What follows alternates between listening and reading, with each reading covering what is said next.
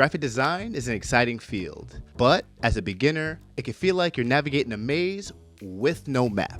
Today, we're sitting down with an experienced art director, and together, we're sharing 6 things we wish we knew when we first started. So from finding a creative voice to landing new clients, these are the lessons that can help to fast track your growth and to help you stand out. Now, let's dive into our conversation. All right, everyone, I am super excited for today's guest. Joining me today is someone who truly knows the ins and outs of the design world, and that's my good friend, Joe Barron. Joe has had a very, very interesting career in design, from working hands-on as a graphic designer in multiple screen printing shops to leading creative projects for powerhouse brands like Harley Davidson and Foot Locker, just to name a few. As an art director, Joe has a wealth of experience hiring designers who are both new talent and who are seasoned professionals. So what I'm saying is he knows exactly what it takes to succeed in this field. And with that being said, what's going on, Joe? Thank you so much for being here. How are you doing, my friend? Yes, Anderson. Thanks for having me. I'm good to have. Glad to be on. Let's get this right to it. So we ready to let everyone know what we're doing today, how we're sharing our list. So since, Joe, you are the guest, I think it's only fair that you go first. All right. So if I was going to start over again, I would definitely hit the networking part harder. I think, you either network or you don't work. And you need to network hard, and you need to make connections with everybody. I mean, there was a guy that I've met who has a creative agency, and I've met through like maybe 10 years ago or so. And we were at a Johnny Cupcakes pop-up shop. And for those that don't know, Johnny Cupcakes is a t-shirt brand based on cupcakes and bakeries and all like baked goods mixed with pop culture. So I met him at the pop-up shop. We were outside waiting long. We were at the end. So he has a fan base. He has a cult following. And we started chatting because when you're bored, what are you going to do? We both have a mutual friend, and he had a creative agency. We've kept in touch, hung out, and throughout the years, you become friends. And then it wasn't until like recently, the last couple of months, that he's hired me for a project, and that was great. I think one of the things that gets overlooked sometimes is that it's nice to have other people thinking about you just because you met them.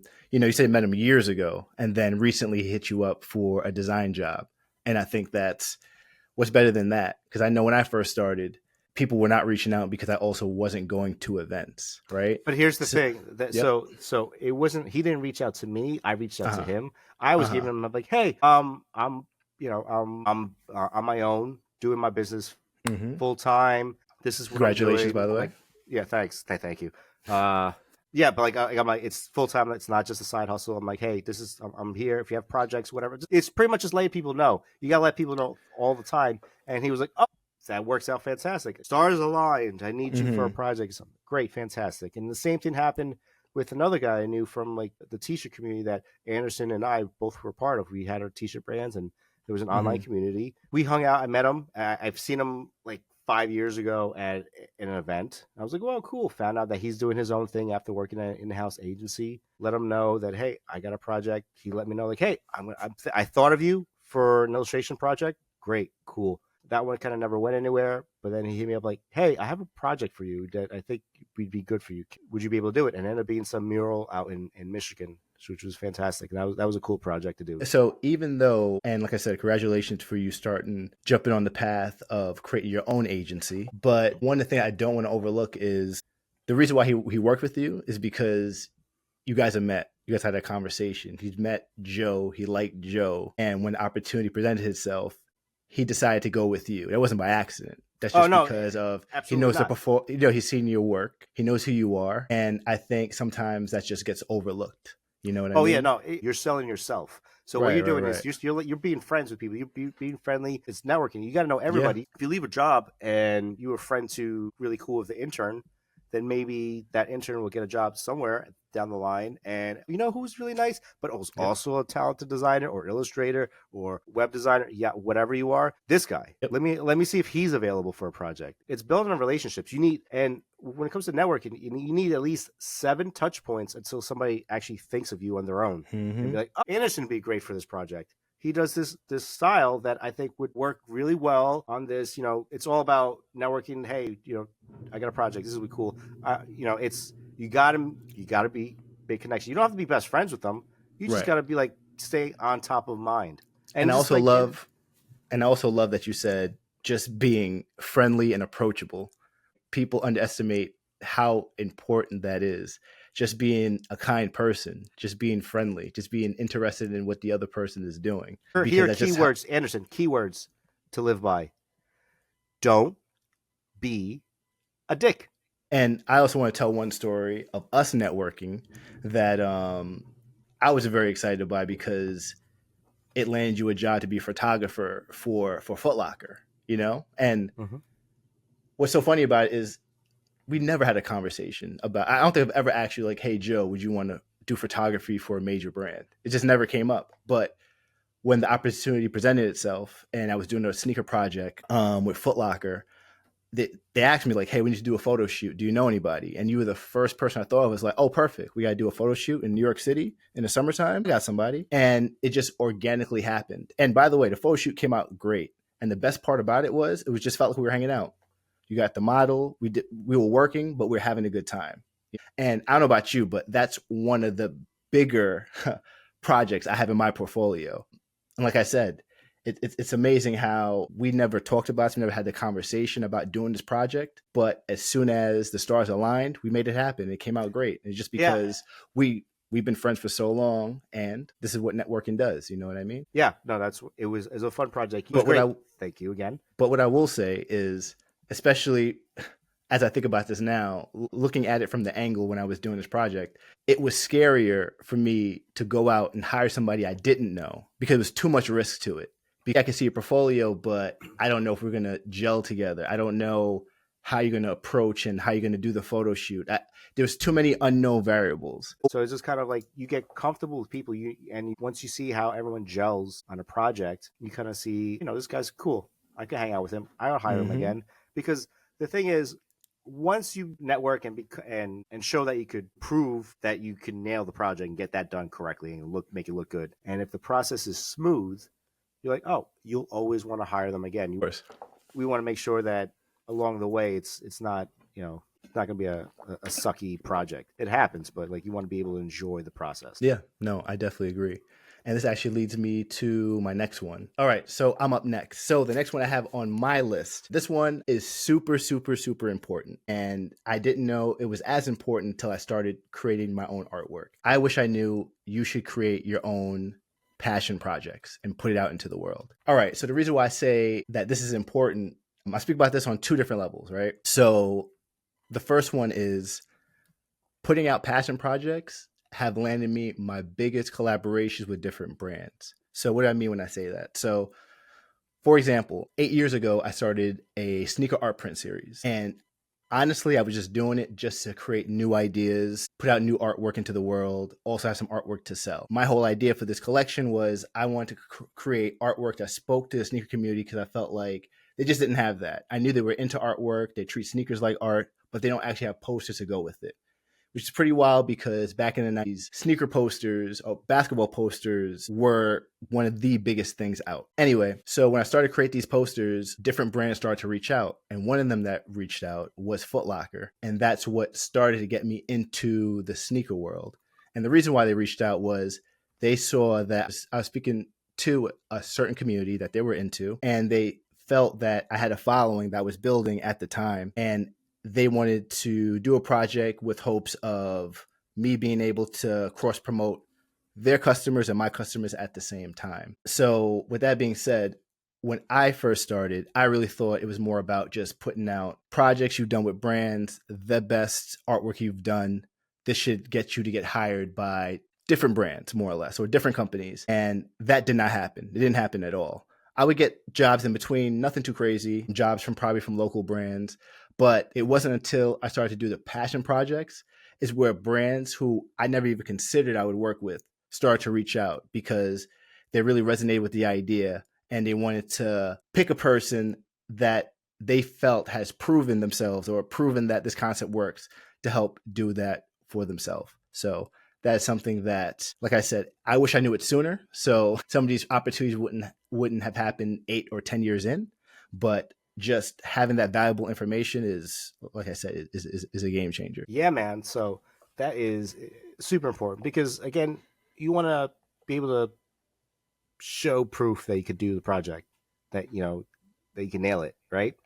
So Mm-hmm. doing those personal projects can show whether you want a job to land a job at Ralph Lauren or something, or at Kith or whatever.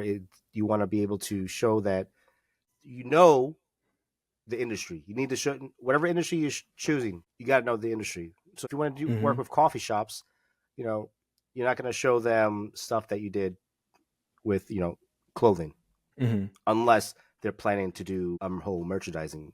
Right. But that's not what you want. You want to do if you want to do the whole branding project for an upcoming coffee shop, you got to show that, hey, I've done, not only have I done branding, but I've also done, here's coffee shop 1, coffee shop 2, coffee shop 2, 3, Mm-hmm. and down the line. Like, hey, I know the industry. I know what you're looking for. I know the problem. I know what keeps you awake at night. If you could solve that problem and show them that you can, you have a better shot at getting the next job or project. No, I totally agree. And I feel like the other thing that I glossed over was people want to see you passionate about something. So if the company knows you're passionate about this topic, then they're more likely to want to work with you. Before we move on to the next topic on our list, I did want to share a resource that's been a game changer for me as a designer, and that's Skillshare, my go-to platform for sharpening my skills and helps me to get better at my passion projects. Whether I'm exploring new graphic design programs or deepening my expertise, Skillshare offers on-demand classes that lets me learn at my own pace and stay ahead in this ever-evolving field. One of the classes I'm really excited about is Brooke Glazer's Procreate for Beginners, which is helping me to master illustrating on my iPad. And honestly, it's been such a great way to help me to expand my toolkit. Skillshare is the largest online learning community for creatives with thousands of classes led by industry experts across film, illustration, design, freelance, productivity, and more. Skillshare can help take your career, skills, hobbies, passions, or your side hustles to the next level. So today we're doing a special offer with Skillshare, and the first 500 people that sign up to the link in my description will get a 1-month free trial of Skillshare. So why not get started today? Oh yeah, and thank you Skillshare so much for sponsoring this video. All right, Anderson, my turn. Let's talk about the next one, please. So we kind of tiptoed around it, glossed over it, saw it from a distance. But let's talk about actually knowing the business side of the industry. Very important. You need to. That's one thing. I've been to conferences where it's like everything's all follow your passion, this and that. Great. You need to do that, but also, like, let's be realistic here. We're in New York, where things need to get done, and things need to get done yesterday. Did you always know in the beginning that, because I didn't know to treat like a business when I first started. How long ago, like how far in did you realize you should treat this more like a business? Since college, I've always treated everything since project. Yeah, when I was in school, the professors were the clients, and I was trying to nail, with the theory that's being presented, because you can learn all the tools online, but you actually need the theories and the design principles behind it. So I would try to implement it since back then, and I knew that you need to advance. So you also need you need to build on that network. You need to build those connections. You need to figure out all those people. You need learn the business side. So if I was in the screen printing business for a bit, knew a bit about that, knew about the printing, what kind of inks they use, how much they charge, what do they charge for. There's a whole process of it. Like, if I was going to do that as a business, I would know the whole scope of things. If I'm going to be a designer and then I want to know the agency, I would start discussing with other agency owners, small, like, okay, how much do you charge for this? Like, I mean, it's like kind of, we have to be open about pricing and discuss everything about how to advance. You need the whole process. You need to know the logistics. You need to know everything. You have to dive into the whole thing and learn. Just learn. There's so many ways you can go about this as far as being a graphic designer or designer in general. Because if you have a clothing brand, that's one business model. If you have a freelance agency, a designer for other brands, that's a different business model. Whatever one you choose, whatever path you decide to go on, learning how other people do it or the industry standards are definitely going to save you from headaches in the future. Because I didn't realize I should get a tax ID number until I first worked with my first brand, and they said like, hey, we need you to fill out a W-2 or a W-9 for taxes. right then they said, hey, you don't have a tax ID number. Well, it's going to cause these issues. And I think it was a big deal until it happened. So I definitely agree with what you're saying. If you were starting over today, which things do you think is the most important for you to figure out? Like I already spoke about the tax ID, but is there anything else that you think is very important if you're doing freelance or you're working for yourself? Just for the new people starting out. I think having a good accountant is very important. Yeah, Like, I agree. I mean, you know that business as well. Yeah, no, because you need to understand where your money's going, or have a bookkeeper, something. You need to know the Yes, a full, bookkeeper. the whole where your money's going, how you're spending, all of that. Yeah, no, I agree. But that doesn't mean you don't look at it. You have to look at the money too. You Oh have to yeah, know of course. Because what I was going to say is, thankfully today there are a lot of different programs or apps where you'll be able to do bookkeeping, and it's free. So you kind of see where everything is going. You can put your money in different buckets. You know, your expenses, your income, and as far as having a bookkeeper know where your money's going, it helps you to make decisions as far as, is this a project, or let's say you do t-shirts. At the end of the year, you'd be able to see, should I continue to do t-shirts? Did it work out? Did I make money? Did I lose money? Should I pivot? Or it just helps you to make decisions in the future. Exactly. And especially if you're making money on your own, unfortunately, I know nobody wants to hear this, but we have to pay taxes on that money. So just having a decent, game plan for bookkeeping really makes a difference. So you know how to take care of your business or take care of your work, so it just doesn't bite you in the ass. Invoicing too, yeah. So I remember working when I was early on. I didn't think anything of invoicing. I remember did something small, and a friend of mine had a business, and I sent him an invoice, but it was just like samples one. It was like, hey, an invoice has actual numbers. I was like, oh, yeah, okay. So there's QuickBooks, obviously. There's was it HoneyBook? I think is another one. FreshBooks is another one.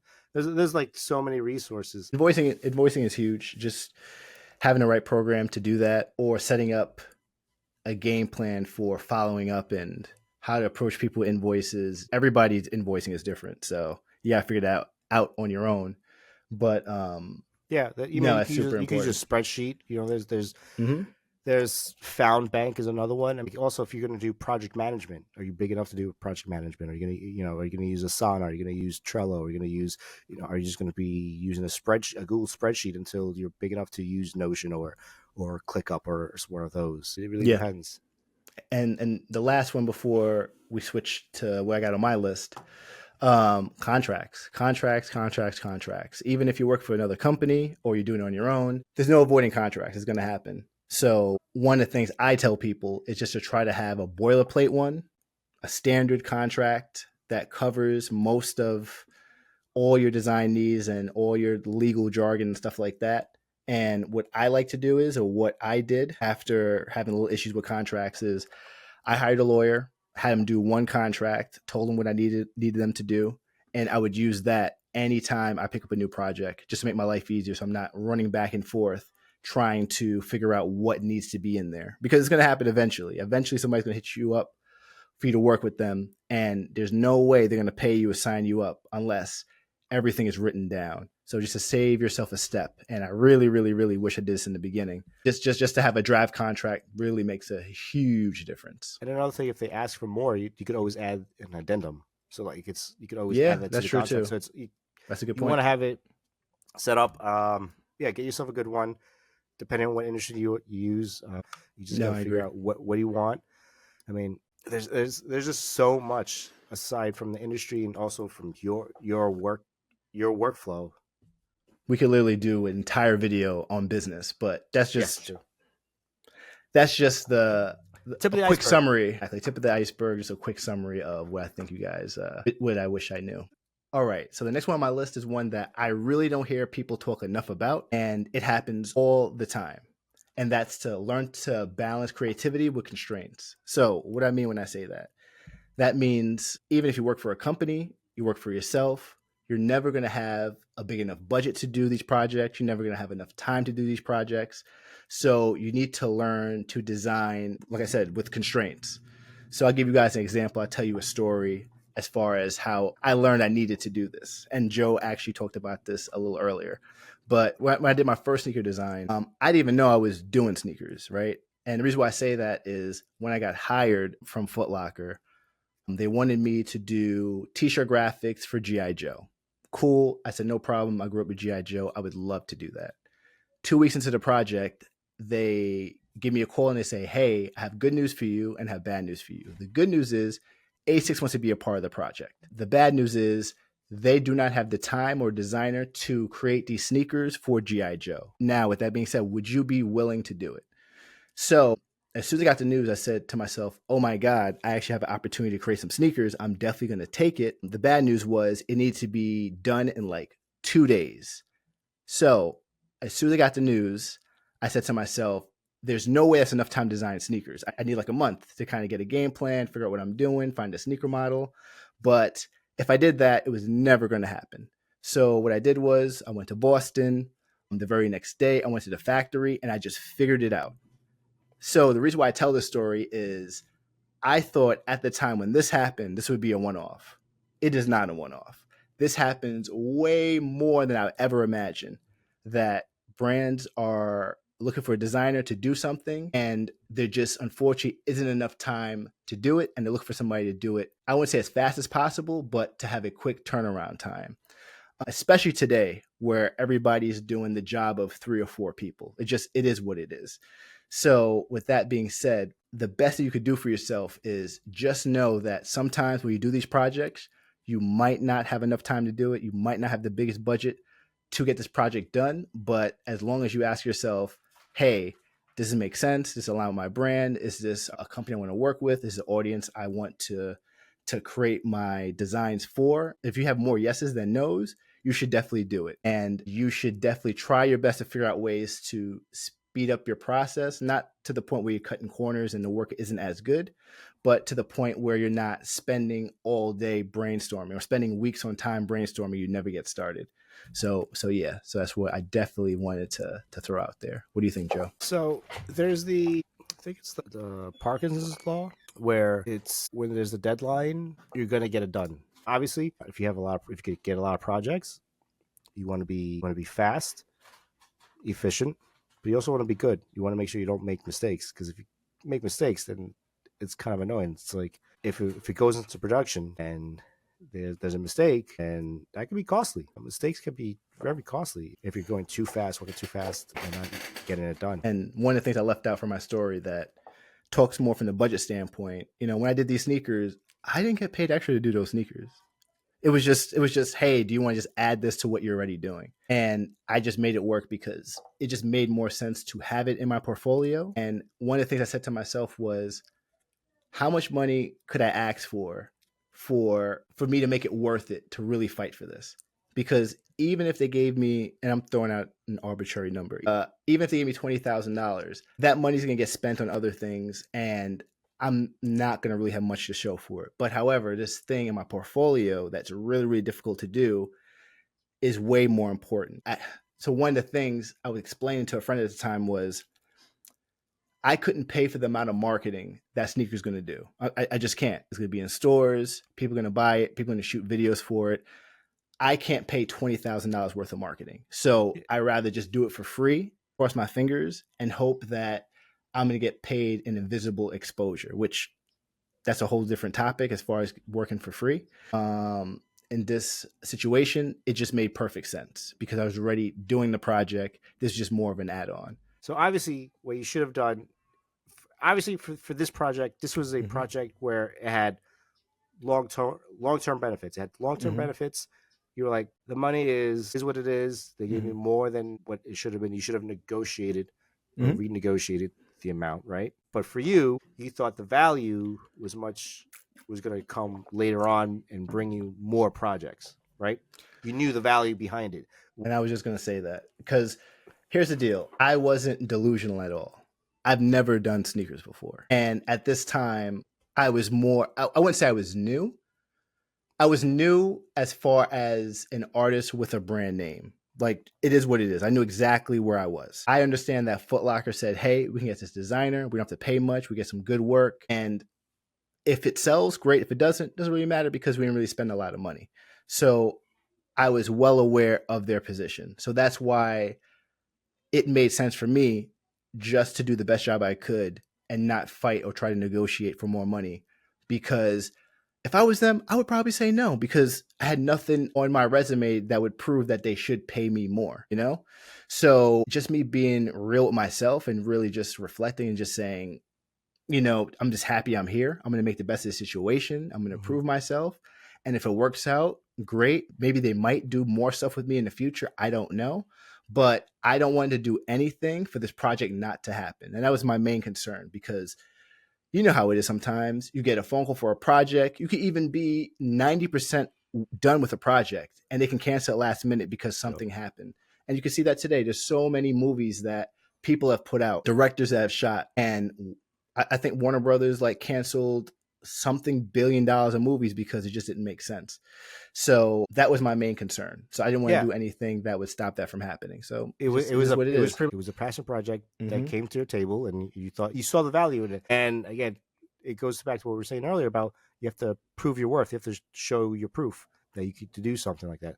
Now you did. Now you're working your way up, having a name for a table. Now you could renegotiate later on, but you knew that it was going to benefit you down the line. So I guess what I would say, it's if you have the free time and if you're brand spanking new and you're fresh out of college, take the test. What do you got to lose?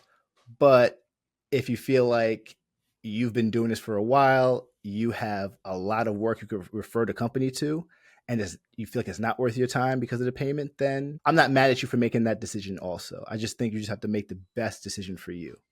And so the next one on my list is something that I think is very important. Whether you're starting, if you're starting over, starting now, it's important. I think it's important to brand yourself, especially with social media everywhere, that you got to be on every site, have an account, but also whatever ones you actually, the 2 or 3 that you actually are fully diving into and being a part of the community or showcasing who you are, because you want to stand out by branding yourself. How are you presenting yourself online?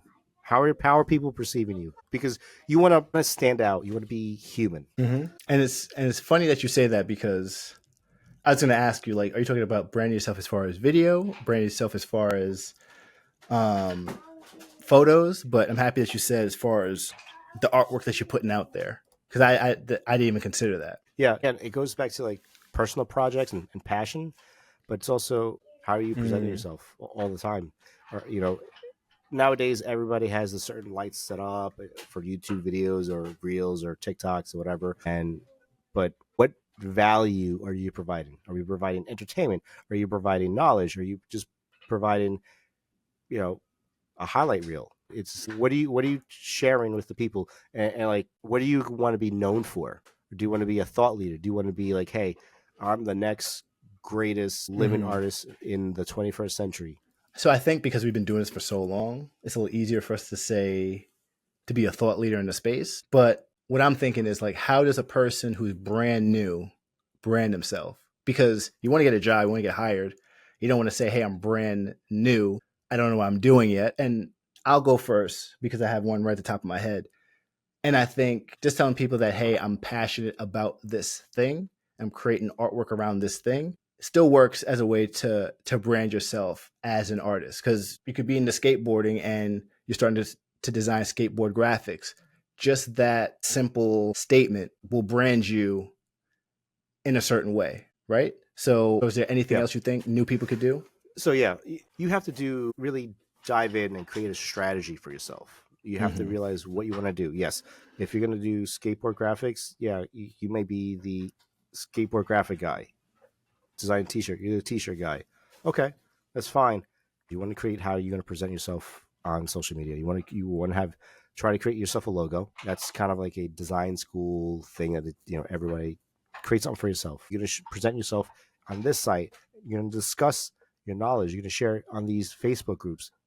You're going to go on this Discord and forums and speak here and there and present yourself. You're going to showcase. You're going to do these videos.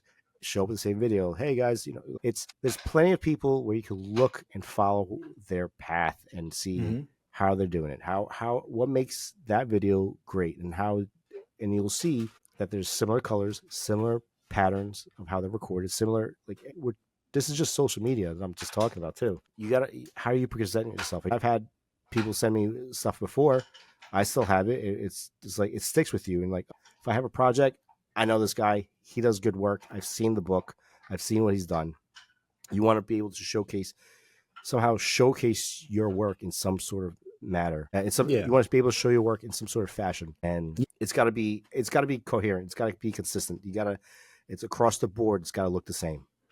Yeah, I think, and I'm happy you said all that.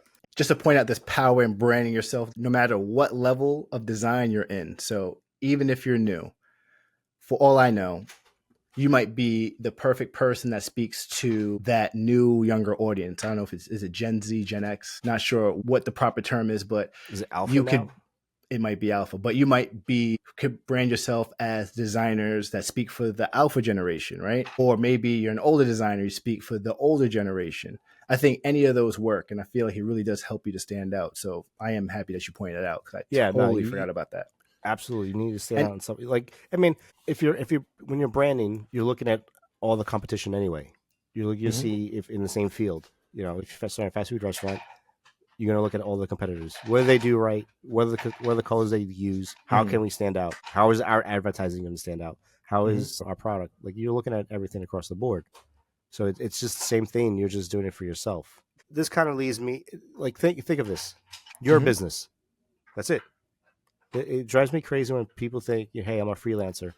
Yes, you're a freelancer, or maybe you have an agency, but if you're solo entrepreneur, solopreneur, whatever, you're a business. You are a business. Treat yourself as a business, and that requires branding yourself properly. No, I agree. So this actually brings me to another really good one to have on my list, and that's just know that art school is not going to teach you everything. So one of the big differences between me and Joe is I ain't go to art school. I pretty much did a lot of online courses to kind of figure this stuff out. But what I will say, just from talking to different people and from just constantly learning and trying to better my craft, that no matter what they teach you if you go to school, or no matter what they teach you in that time frame, things are always changing. Like a lot of the stuff that's happening now did not exist when I was first starting, when I was 21. Like AI was not a thing. Building a website was next to impossible, especially for e-commerce. Facebook was just starting out. So social media was not a way for you to market your artwork or anything like that.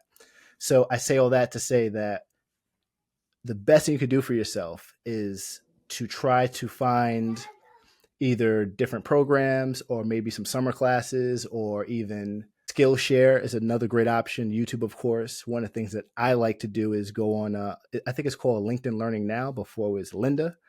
But these are just online classes that just teach you how to do these things from different professionals, from the people that I've met. And I know you've done this also, Joe, as far as continuing to better your craft. Just being flexible and being able to learn new things and be open to doing that has helped to land new jobs and to help to make you a better designer and just to make you a faster designer. So if I was to just start over and I was talking to young Anderson to tell him like, hey man, if you want to do this, one thing you should do is definitely just to keep educating yourself just to get better at this. Because if you do that, you really put yourself in a good position to constantly, or what I should say is to continually get hired by different brands, or continue to get hired by different companies. So you could, create the artwork that you want to create. Whatever you learn during your time, you got to continue to keep learning after that. There you go. Go ahead. Yeah, no, you got to. So you got to keep learning. Learning never stops. There's always new technology, new things, development, proven.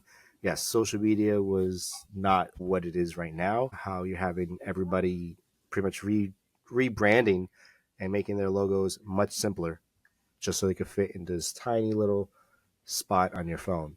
Before, it was super colorful, a lot of effects. I mean, some of it was pretty ugly, but you could get away with it. But there are design principles. Yes, you can look at reading a design book, but you want to be able to learn from others. The tools are, or you could learn anywhere. Yeah, you can learn on LinkedIn, Skillshare, YouTube. You just got to find the right teachers on those platforms. But it's just you really want to be able to understand the philosophy, learn the principles, learn the goals, Mhm. read the books. Maybe design school will teach you how to work with people. Maybe some schools might have connections. I mean, it's, again, who you know, what you learn from. I mean, it's you get pretty much you get value out of whatever you put into it. But Yeah. yeah, And it's just you just gotta keep you gotta keep right. learning. AI is And, different. mhm.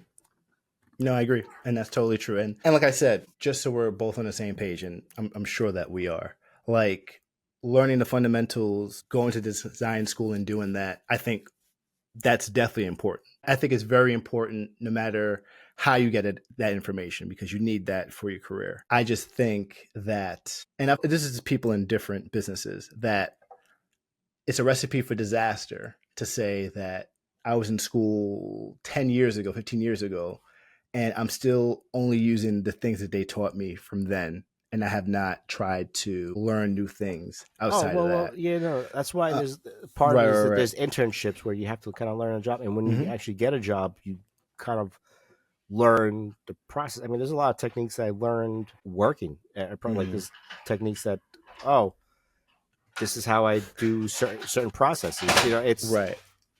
And the funny thing is, the reason why I say that is because I don't know about you, but when I was in school, I was like, man, I cannot wait to be done with this because I ain't never looking back. Like, I wash my hands, I'm out of here. And after I graduate, I learned like, oh yeah, I can't do that. This is that's a I'm no, no, going to really not at mess all. myself up by doing that. So definitely want to point that out. And again, you need to know the business. And when you're working with somebody, then you know a little bit more of that particular business, that particular industry. So you just got to learn. You got to find a door in to the Yep. project, and then advance that knowledge once you're in it. Yep. No, definitely. So that's it for our list. Hope you guys enjoyed it. Hope you guys found this insightful. Joe, thank you so much for coming on and helping the good people trying to better their careers. Please let us know where they can find you. Thanks, Anson, for having me on. Glad to spread the good word of design. And you can find me on anywhere that is branded Baron. That's the company name is brandedbaron.com. So if you need a project or want to reach out, say, hey, what's up? Or social media, it's branded Baron. It's on YouTube, Instagram, Twitter X, Threads, all the social media platforms. Just check out Branded Baron. All right, guys, we're out of here. Peace. Peace.